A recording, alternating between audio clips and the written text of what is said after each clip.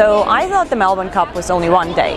Well, the Melbourne Cup horse race is in fact just one day, but the event or the carnival itself stretches over several weeks. Today is Oaks Day or Ladies' Day, and it's only one of 4 major event days of this big carnival.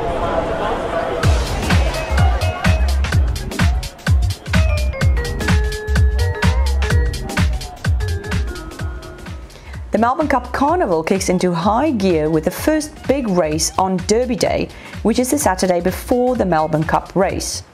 The entire Victoria Derby Day is worth a total of 4.8 million in prize money, with 9 group races, as in horse races.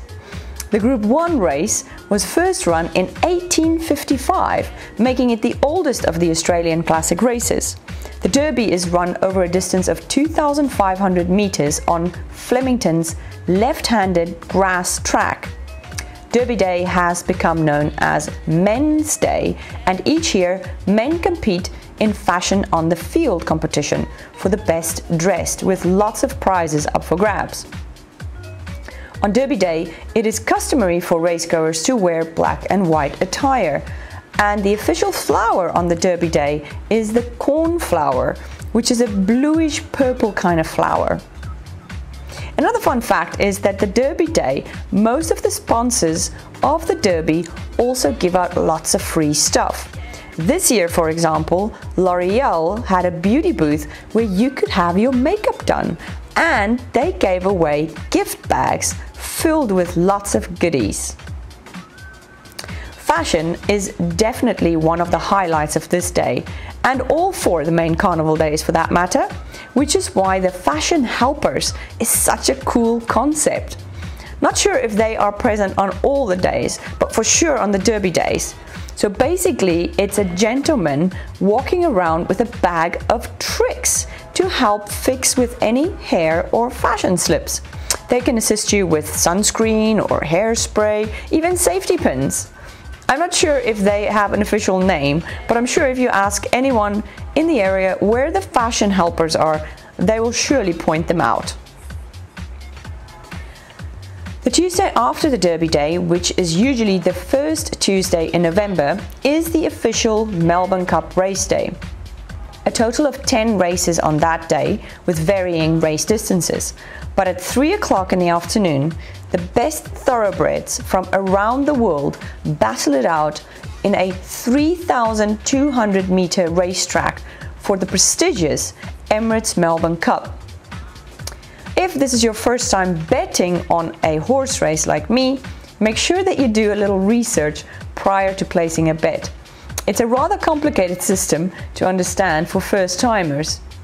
In addition to the $6.2 million in prize money, the winner of the Melbourne Cup race receives an 18-carat solid gold trophy. Fashion, again, is at the forefront of this day, and the yellow rose is the official flower of the day.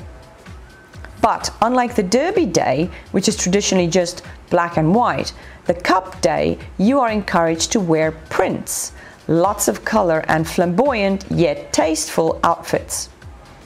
And it doesn't matter on which day you come, most everyone wears a hat. Well, all the ladies for sure. On the Thursday after the Melbourne Cup Day, it is Ladies' Day or Crown Oaks Day. This is the 3rd major day of the Melbourne Cup Carnival, and the Crown Oaks race is held over 2,500 metre distance with a $1 million prize money. But on this day, the fashion might actually trump everything else. You will find the most fabulous and perhaps most outrageous headgear on this day. Also very, very festive atmosphere at the racetrack, which continues well into the night at bars and pubs all over the city. The official flower for Ladies' Day is the pink rose, which you will be able to buy at hundreds of vendors all over the city, as well as the event space itself. Most men will pin the flower of the day on top of their jackets too. On Saturday, the Melbourne Cup Carnival concludes with Family Day or the Emirates Stakes Day. in addition to being filled with lots of excitement on the track, starting with a Group 3 1000 meter dash race. This day has especially lots of live entertainment and activities for children of all ages. And family fashion is at the forefront of this day, with prizes given to the best dressed families. And the flower of this day is, of course, the classic red rose. Since this was my first experience at the Melbourne Cup Carnival, and a horse race for that matter, it was a rather quick and steep learning curve. Even though I did do a lot of research prior, some things you just have to experience to really understand. Therefore, I've compiled a series of 6 videos based on my experience, titled appropriately The Beginner's Guide to the Melbourne Cup, where I give you a quick and basic understanding of the carnival itself, what to wear, how to bet, and other little tips that you may want to know. This one is part 3 of that series. As with all the other days, besides the fashion and the horses, eating and drinking makes up a large part and a very important part of the Melbourne Cup Carnival, especially the drinking part. And there is lots of that happening. Lots of restaurants and vendors all over the event space selling all kinds of drinks and drink options. So being thirsty is not something you're going to need to be worried about. A very fun area to visit on any day would be the place called the Park. The event space is huge. If you feel a bit lost or struggling to get your bearings, download the Flemington Racecourse app, which has the Melbourne Cup Carnival event map pointing out all the facilities, eateries, activities, entrances, and so on.